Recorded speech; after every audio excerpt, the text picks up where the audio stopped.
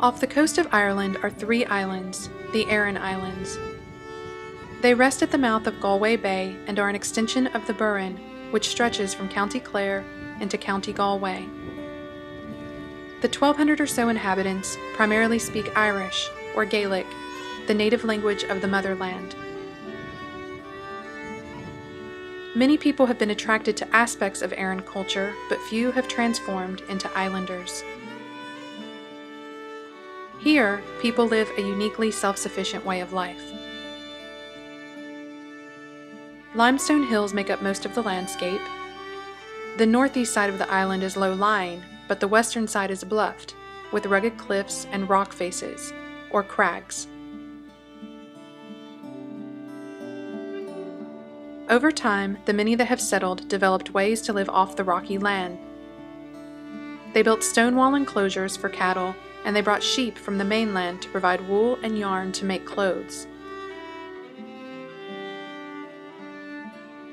They mixed seaweed and sand on top of the rocks to create fertile soil. They were then able to grow potatoes and other vegetables. They built thatched cottages and boats for fishing. The biggest island of the 3 islands, Inishmore, attracts the most visitors. Inishmore can only be reached by ferry or plane. It has no bridge or causeway to the main island. Today, a wealth of restaurants provides options for visitors to the 12-square-mile island, and one man, with his herd of Nubian and Saanen goats, makes award-winning cheese. Hi, my name is Gabriel Flaherty. I'm from Inishmore. This is the Aran Islands, the biggest island of the 3 Aran Islands, and I'm a bus driver slash cheesemaker slash ex-fisherman. Mostly now cheesemaker. The reason we started making cheese, it's a long story, but we had the time. Okay, we get a lot of tourists, we get a lot of day tourists. We also encourage a lot of people to come and stay, because somebody who stays drinks a pint in the pub, or they'll have a bit of lunch, or they'll have a bit of dinner later on, and they spend a few pound extra than somebody who's just coming and with their lunch, packed lunch, and they're eating it, and they're hopping on a bike or on a bus, and they're leaving very minimal amount behind them. But so it's one of the things that we're trying to encourage people is to stay, because there's a lot more to the island than just back the road for 10 minutes and back over again. I love the island. Like, you know, so that you can take the man out of the island, but you can't take the island out of the man. And I was 20 years away at sea, right around the world fishing, but my heart was always here. This is where I was raised. I was born here, and my wife was born here. So we moved back to the island when my eldest son was 9, when he was a baby. So I came back on the farm, and I had the minibus, so I was farming and the minibus, so it was a tying of the 2 of them together. That's what where the farm came from. My wife got me a cheese course actually for my birthday. So went from there, did a goat course, and tossed about the idea of making a visitor centre so that people could come, because I had been dealing with tourists since I was very, very young. I drove a pony and trap when I was only 12. So drove the bus for every summer. So I decided to put the 2 together. I had a family farm, so we put everything together, and what you can see here now is a accumulation of all the ideas.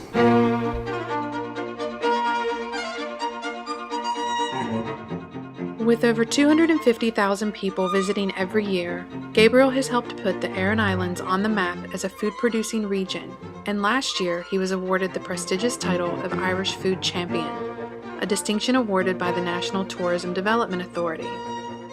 Along with 20 other recipients, Gabriel was selected out of 400 food producers in the country to represent Ireland's part in influencing Irish cuisine and developing Irish food tourism. When he is not attending meetings and seminars in other countries, he is still guiding historical island tours and visitor tours to his farm to watch the cheesemaking process.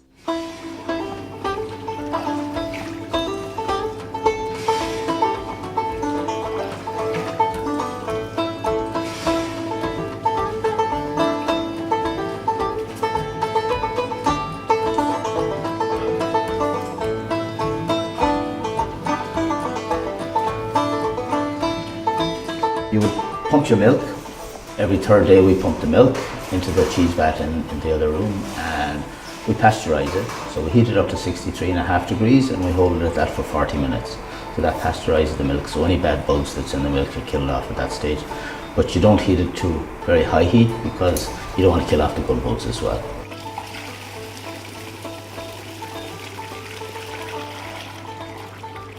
So as minimum, as low a temperature as you can, but just to do the job. So we start to cool it then, depending on the cheese. If you're making a soft cheese, you cool it down to 40 degrees. You add your culture, and your culture is freeze dried. It's like in powder form, and it coagulates the milk. It kind of solidifies the milk slightly. So you keep cooling the milk, and to soft cheese to 26 degrees, and at 26 degrees you add your rennet. And the rennet we use is vegetarian rennet because it makes it easier for restaurants if people ask for a vegetarian dish, and it just makes it easier. Some people use the rennet originates from the calf's stomach, so we don't use an animal rennet, we use vegetarian rennet.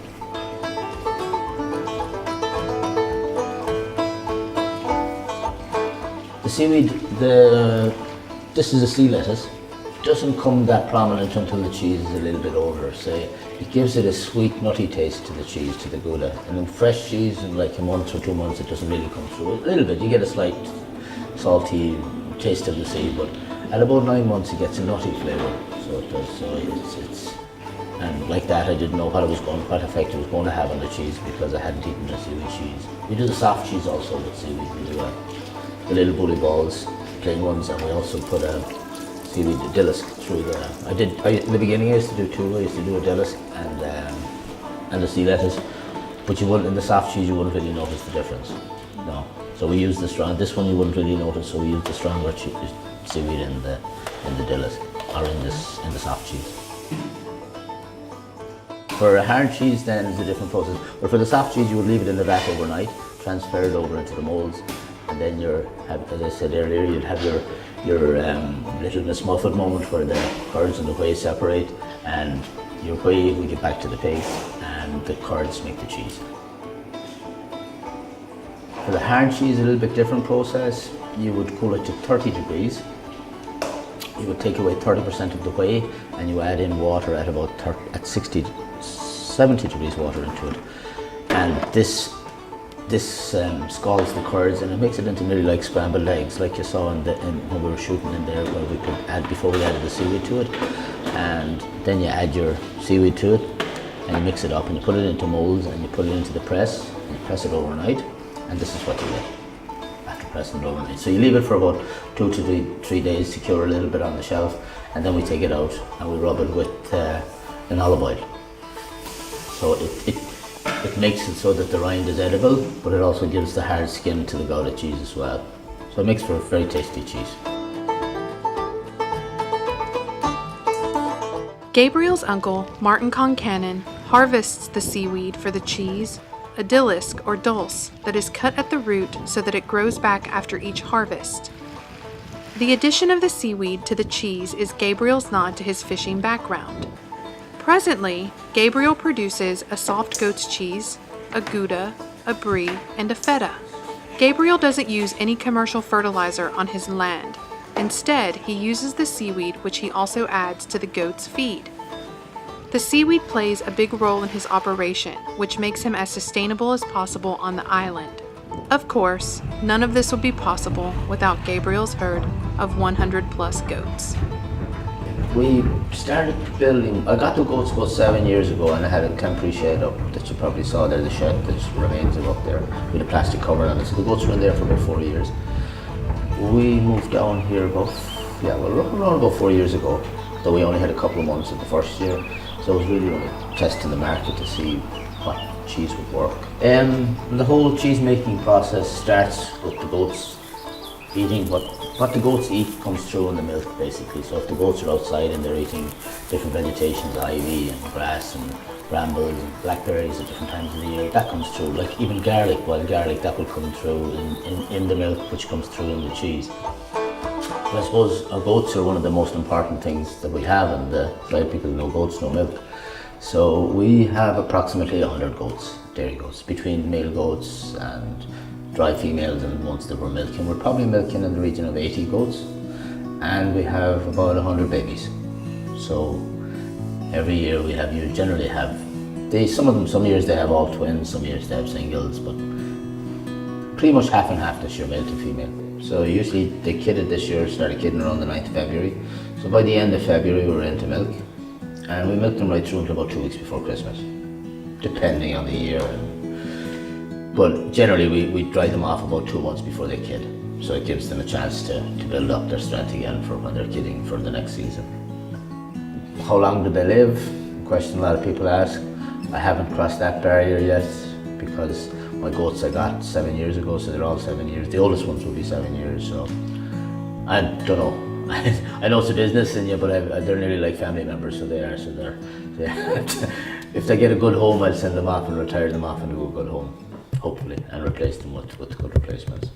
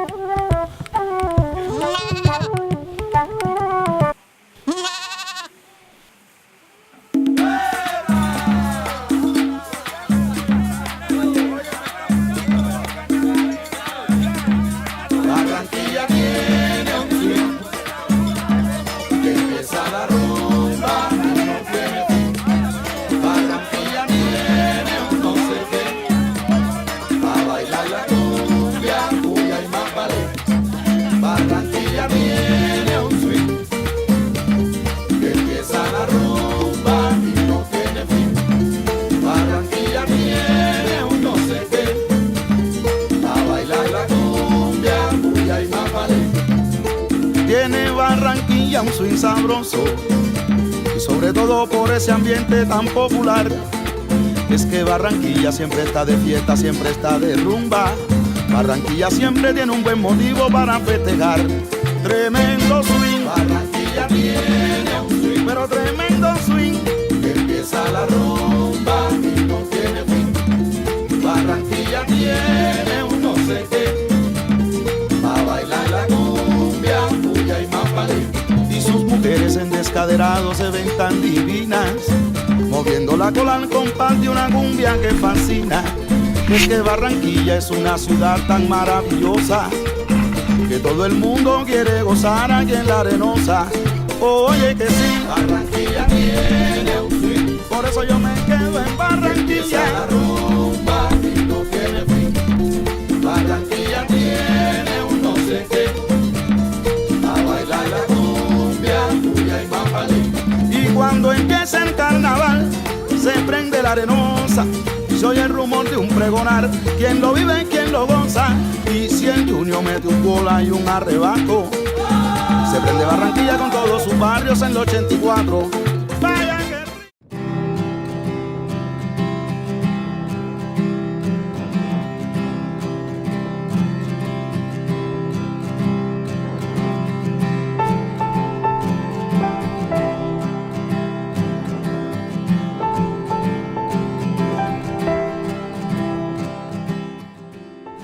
The reason that we chose goats and not cows, the dairy animals have lighter bones, they're used to better grazing, they're used to green grass, and they don't produce as much milk. Plus, a lot of the ground that we have is craggy ground, which would be stony ground or rocky ground, and where the goat is light of foot and they eat off the walls. Like if you put a goat into a field of green grass about this height, he'll go straight to the wall, he'll eat the ivy, he'll eat the brambles, and then he'll go down and eat the grass. And anyways, if I mention buying cows now, my wife would divorce me, so she wouldn't. we'll leave it at goats for now anyway. The cheese making process is a great process because, like I said earlier, you have something that's a liquid, and by just adding a little bit of culture and a little bit of rennet, you turn it into something that's really, really tasty.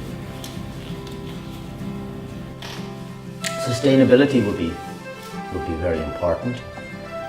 On the island here, I have a limited amount of land, so I have a limited amount of goats that I can have on the land. So it's important that the goats eat the vegetation and they rotate we rotate the pastures so that they're not overgrazed and you kill off any of the vegetation that's there. So sustainability and that end of it is very important, as well as the sustainability on how you graze the pastures. And we don't use fertilizer, we don't use on the land at all. There's no waste as such, like the whey we have left over from the cheese making goes to the pigs, which makes very, very nice bacon. And the baby goats, some go to the butcher, and the other females are kept for replacements, or if somebody wanted to buy. So it's a kind of revolving door, revolving cycle. There's the grass regrows, the whey goes to the pigs go to bacon, and the seaweed comes from there. We also supplement in the wintertime, we supplement the goat's feed with the seaweed. It starts off on the shore, the seaweed, and it comes through to the farm, to the goats, because the goats get fed, the land gets fertilized with the seaweed, and it comes to the fork because we put it in through the cheese, and the cheese comes through and it comes onto the fork, and then from the fork to the plate. So basically you get it from the shore to the plate, right through, from shore to farm to fork.